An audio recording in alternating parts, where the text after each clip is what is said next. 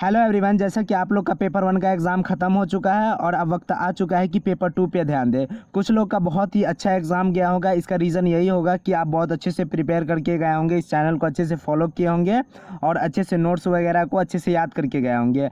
और हो सकता है कुछ लोग का भी बिलो एवरेज या फिर एवरेज एग्ज़ाम गया होगा। उसका रीज़न एक ही हो सकता है, 3 ही रीज़न हो सकता है। सबसे पहले आपका या तो कंटेंट जो था वो याद नहीं रहा होगा, या तो आपको टाइम मैनेजमेंट सही से नहीं होगा, और तीसरा लैक ऑफ प्रैक्टिस अच्छे से नहीं किए होंगे। तो यही तीनों रीज़न की वजह से आप वहाँ पे लिख नहीं पाए होंगे। लेकिन आप अगर आप 2 से 3 क्वेश्चन भी बना दिए होंगे अच्छे से तो काम चल जाएगा आपका। ठीक है, तो चलिए आप पेपर 1 में जो भी गलतियाँ हुई उसको आप दोहराइएगा मत, और पेपर 2 को इतना अच्छा कर लीजिए कि उसका मार्क्स जो पेपर 1 में कम हुआ होगा वो उसमें मैनेज हो जाए और अच्छा मार्क्स बन जाए। और अगर आपका एग्ज़ाम बहुत ही अच्छा गया है तो ये और अच्छा चांस है कि आपका एग्ज़ाम का जो मार्कशीट बनेगा ना वो बहुत ही अच्छा बने, मतलब दोनों पेपर का बहुत ही अच्छा मार्क्स लाने का ये सुनहरा मौका है। तो देखिए, जैसा कि आप लोग जानते होंगे आपके पेपर 2 में टोटल 5 पार्ट से क्वेश्चन आते हैं। सबसे पहले एक्सप्लेनेशन के पार्ट से क्वेश्चन आता है जो कि 30 मार्क का आपका आता है। दूसरा है the ewe of Saint Agnes का एक लॉन्ग आंसर आता है। फिर आता है the rap of the Lock का एक लॉन्ग आंसर। और पालग्रेव की गोल्डन ट्रेजरी में जो कि बहुत सारे पोएम है, 19 से 20 पोएम है, उसमें से आपका क्या होगा, क्रिटिकल एप्रिसिएशन 20 मार्क का आएगा। एक कोई 19 पोएम में से एक, लेकिन उसमें भी सिलेक्टेड क्वेश्चन ही है जो कि गेस्ट क्वेश्चन में से ही आपका 4 ऑप्शन में से एक ना एक आ गया, जो कि मैं आगे चर्चा करूंगा। और 5वां पार्ट आता है आपका literary devices and literary term figure of speech से। तो ये 5 पार्ट से आपके टोटल क्वेश्चन आते हैं, जिसमें से एक्सप्लेनेशन के पार्ट से आपके 7.5 मार्क्स से 4 क्वेश्चन आएंगे, मतलब 30 मार्क आपका एक्सप्लेनेशन का कवर कर लेगा। और उसके बाद 20-20 मार्क के आपके लॉन्ग आंसर आएंगे, तो 90 मार्क्स यहाँ से हो गए। और 10 मार्क का आपका लिटरेरी डिवाइसेस रहेगा, जिसमें आपको 4 क्वेश्चन बनाने होंगे।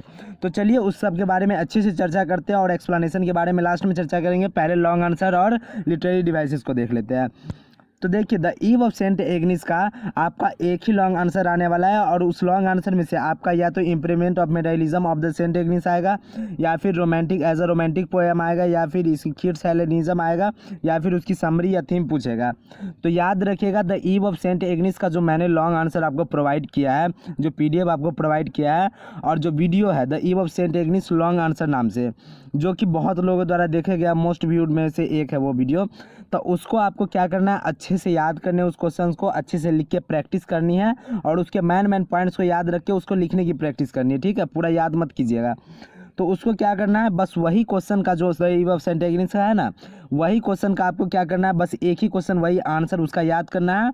और अगर the ewe of Saint Agnes में कोई भी क्वेश्चन वहाँ पे आता है, आपको सेम टू सेम आंसर वही वाली डालनी है, क्योंकि उस आंसर में मैंने उसमें थीम भी इंक्लूड किया है, समरी भी इंक्लूड की है पोएम की, इसके अलावा एज अ रोमांटिक पोएम भी उसको इंक्लूड किया है, और उसमें क्रिटिकल एप्रिसिएशन के पार्ट को भी इंक्लूड किया है।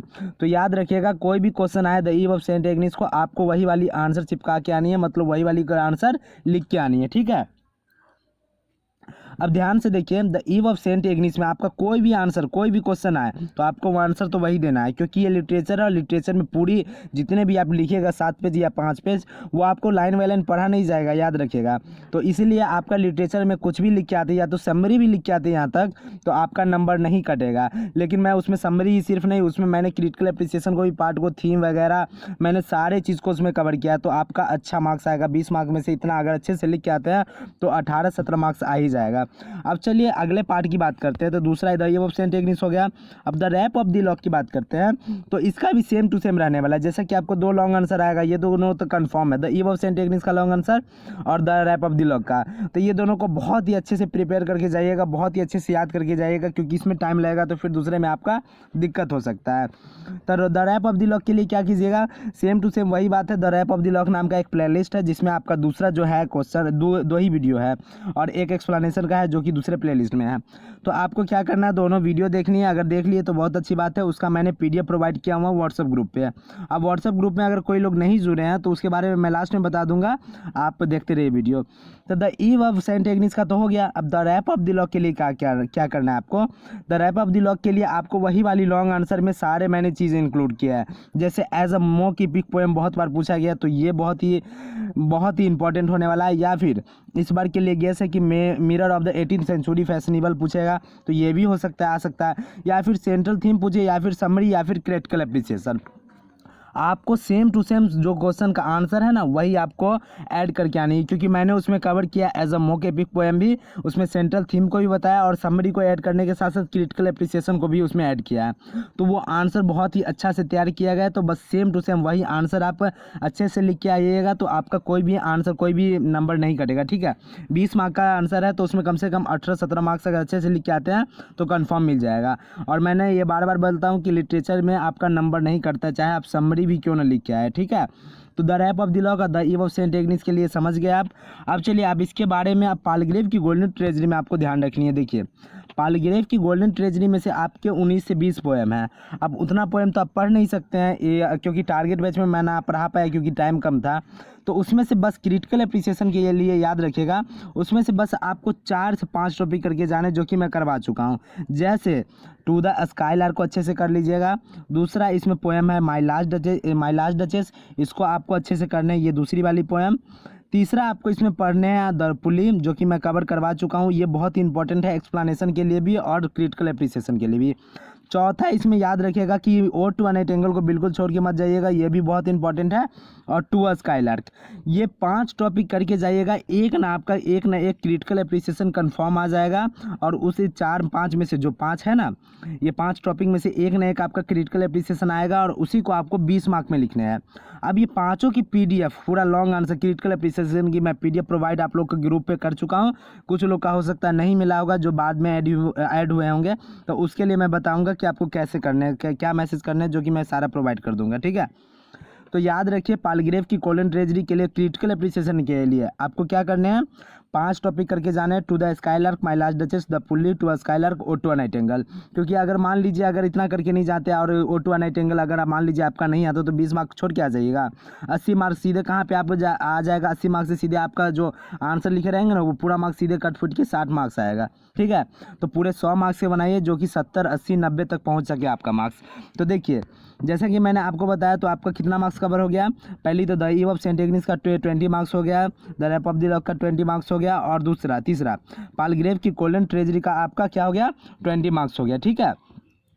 तो आपको क्या हो गया, आप पूरा 60 मार्क्स आप कवर कर चुके हैं। अब बात करते हैं एक्सप्लेनेशन के बारे में और लिटरेरी डिवाइसेस के बारे में। तो सबसे पहले हम लिटरेरी डिवाइसेस की देख लें। तो देखिए लिटरेरी डिवाइसेस में आपको बस 11 टॉपिक करके जाना है, जो कि मैं अपने चैनल पे लिटरेरी टर्म 1 मतलब लिटरेरी टर्म वाला एक प्लेलिस्ट बना हुआ है जिसमें 3 वीडियो है और तीनों वीडियो में 11 टॉपिक को अच्छे से कवर करवा चुका हूँ, ठीक है। तो चलिए अब इसके बारे में चर्चा करते हैं। तो इसमें क्या करना है, सबसे पहले आपको हाइपरबोली को छोड़ के मत जाइएगा, हाइपरबोली बहुत ही इंपॉर्टेंट होगा। और दूसरा है क्लाइमेक्स पैराडॉक्स, इसको हाइपरबोली ही पढ़ते हैं, हाइपरबोल मत पढ़िएगा, ठीक है, क्योंकि इसका सही प्रोनाउंसिएशन है हाइपरबोली। हाइपरबोली पढ़ के जाइएगा। दूसरा है क्लाइमेक्स पैराडॉक्स, फ्रीवर्स, मेंटोनिमी, ट्रांसफर एपिटाइप। उसके बाद है सेटायर, ड्रामेटिक मोनोलॉग, जो कि मैं पढ़ा चुका हूँ, प्लास्टर इलेजी, इरोनी और स्पेंसरियन स्टेंजा। ये 11 टॉपिक मैंने अच्छे से करवा चुके हैं अपने चैनल पे। तीनों इसका प्लेलिस्ट बना हुआ है, एक प्लेलिस्ट है लिटरेरी टर्म के नाम से, उसको आपको क्या करना है अच्छे से कवर करके जाना है, क्योंकि इसी में से आपका कोई ना कोई 4 पूछ देगा और उस 4 को आपको 2.5 मार्क्स में सारे के सारे के लिए आपको लिख के लाने हैं, ठीक है। तो उससे जाके लिटरेरी टर्म वाले चीज़ को कवर कर लीजिए। आपका बस पूरा का पूरा 90 मार्क्स आपका यहाँ पे कवर होता है। 20-20 मार्क का आपका लॉन्ग आंसर और 10 मार्क का ये, ठीक है, 70 मार्क्स आपका कवर हो चुका है। अब 30 मार्क की बात आती है, तो 30 मार्क के लिए मतलब एक्सप्लेनेशन की बात आती है। तो उसके लिए आपको क्या करना है, तो एक्सप्लेनेशन के लिए आपको क्या करना है, तो एक्सप्लेनेशन के लिए सबसे पहले आपको the ewe of Saint Agnes का आपका एक एक्सप्लेनेशन आता है, the rap of the lock से आपका एक एक्सप्लेनेशन आता है और तीसरा आता है पालग्रेव की गोल्डन ट्रेजरी से।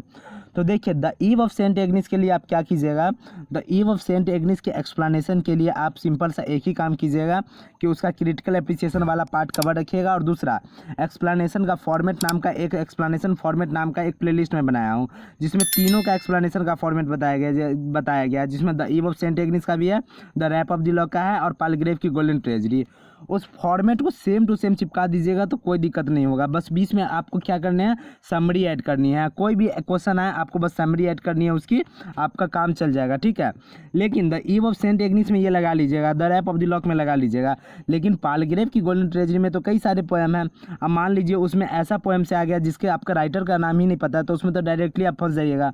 तो उसके लिए आपको क्या करना होगा, पालग्रेव की गोल्डन ट्रेजरी के लिए आपको ध्यान रखने हैं 5 पहली बात तो इसमें ये ध्यान रखना है आपको किस किस के पोएम के अच्छे से पढ़ के जानी है उसके लाइन को, जो कि मैं करवा भी चुका हूँ। देखिए द पुल्ली के लाइन 3 ही स्टेंजा उसको अच्छे से करके जाइएगा।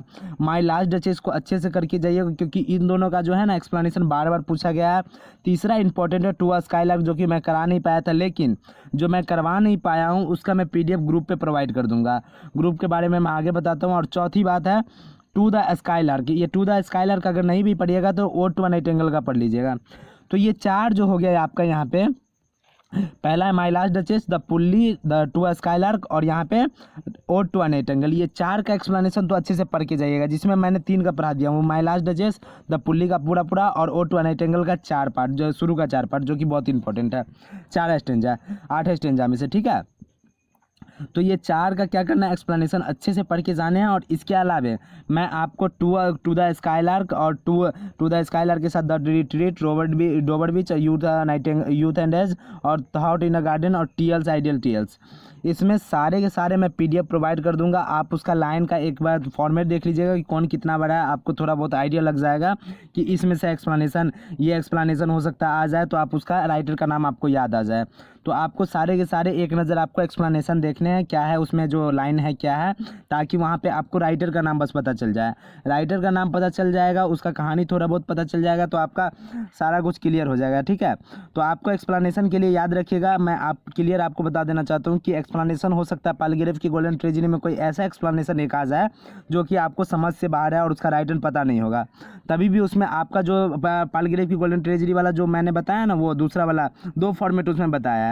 तो आपको जो दूसरा वाला फॉर्मेट होगा ना, जिसमें आपको पोएम का शुरू का 4 लाइन भी लिखने हैं, तो वो वाला फॉर्मेट लगा दीजिएगा। और आपका एक्सप्लेनेशन का अगर पहले से क्लियर हो जाए कि हाँ यही होगा, तब आपको उसमें पालग्रेव की गोल्डन ट्रेजेडी के फॉर्मेट में पहला वाला फॉर्मेट लगाना है, ठीक है। तो ऐसे करके आपका एक्सप्लेनेशन का भी फॉर्मेट वाले सारे के सारे एक्सप्लेनेशन आपकी क्लियर हो जाए तीनों चीज़ के, जिसमें पहला मैंने the ewe of saint Agnes का बता ही दिया, the rap of the lock का हो ही गया।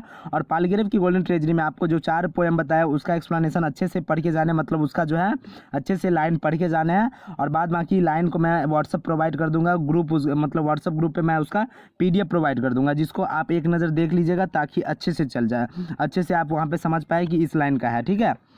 अब देखिए याद रखिए कि इस लिटरेरी डिवाइसेस हो गया, सारा कुछ हो गया, 100 मार्क्स का आपको ऐसे ही कवर करने हैं और उसकी स्ट्रेटेजी भी यही रहेगी कवर करने की। अब इसमें क्या हो सकता है, इस पेपर 2 में बहुत ही अच्छा मार्क्स आ सकता है, बस इसमें थोड़ा सा आप नज़र डालिएगा, क्योंकि याद रखिए the rap of the lock के लिए आपको क्या करना है, उसका एक लॉन्ग आंसर देखना है, एक फॉर्मेट देखना है। The ewe of saint Agnes के लिए भी एक लॉन्ग आंसर देखना है, एक फॉर्मेट देखना है। यही कीजिएगा, आपका कम से कम 27 दूना 54 मार्क्स कवर हो जाएगा। द लिटरेरी डिवाइसेस के लिए क्या करना है, तो उसमें 10 से 11 क्लियर करने हैं और उसका भी हो जाएगा। तो सर क्या 27 दूनी 54 हो गया, वहाँ पे 10 हो गया, तो 54 10 64 तो कवर हो गया। अब पालग्रेव की गोल्डन ट्रेजेडी के लिए क्या है, तो वही 5 का एक्सप्लेनेशन, 5 का क्रिटिकल एप्रिसिएशन करके जाइएगा, उसमें 20 मार्क और ऐड हो जाएगा, तो उसका भी क्लियर हो गया। अब 2 फॉर्मेट में से पालग्रेव की गोल्डन ट्रेजेडी में से वो जो 4 पोएम है ना, my last duchess, the pulley, ode to a nightingale और टू अ स्काईलार्क, उसमें से एक ना एक एक्सप्लेनेशन पूछा ही जाएगा, ये तो कंफर्म है। बस एक जो बच जाएगा, उसके लिए अगर आप उसको भी कवर करना चाहते हैं तो क्या कीजिएगा, आप सिंपल से उस 5 जितना भी लाइन भेजी जाएगी ना, उसको एक बार पढ़ लीजिएगा। और अगर नहीं हुआ तो उसका पालग्रेव की गोल्डन ट्रेजेडी का जो फॉर्मेट बताया जाएगा ना, तो वही फॉर्मेट से आपको क्या करना है, उसको लिख देने हैं। 7.5 मार्क्स के लिए उतना क्या है, दिमाग ख़राब कीजिएगा, इससे अच्छा है कि आप उसको छोड़ ही दीजिए, मतलब उसमें जो भी लिखना है वो लिख के चले आइए। बाद में कि इधर जितने भी कंफर्म करने हैं उसको कंफर्म करके जाइएगा, ठीक है। उसमें एक भी क्वेश्चन छूटना नहीं चाहिए। अब देखिए चलिए व्हाट्सअप ग्रुप के बारे में बात करते हैं, जो कि मैं बता रहा था व्हाट्सअप ग्रुप के बारे में।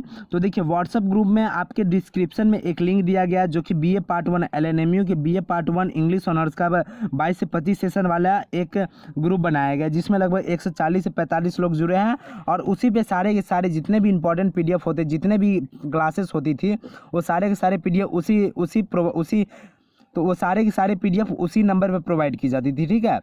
अब देखिए आपको करना क्या है, PDF के लिए आपको क्या करना है, उस व्हाट्सअप ग्रुप में जुड़ने हैं। और एक व्हाट्सअप नंबर भी दिया गया है, उस नंबर पे आप मैसेज भी कर सकते हैं और डायरेक्टली वहाँ पे लिंक भी है, वहाँ पे आप जुड़ भी सकते हैं।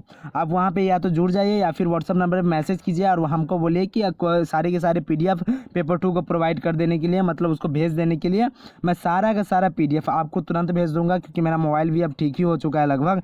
तो आप क्या करिएगा, डायरेक्टली आप मैसेज कीजिएगा या फिर ग्रुप में जुड़ जाइएगा और मैसेज कर दीजिएगा कि प्रोवाइड कर देने के लिए। मैं आपको सारा का सारा PDF प्रोवाइड कर दूंगा। तो इसी के साथ मिलते हैं नेक्स्ट वीडियो में। मस्त रहिए, व्यस्त रहिए, अच्छे से पढ़ाई करते रहिए।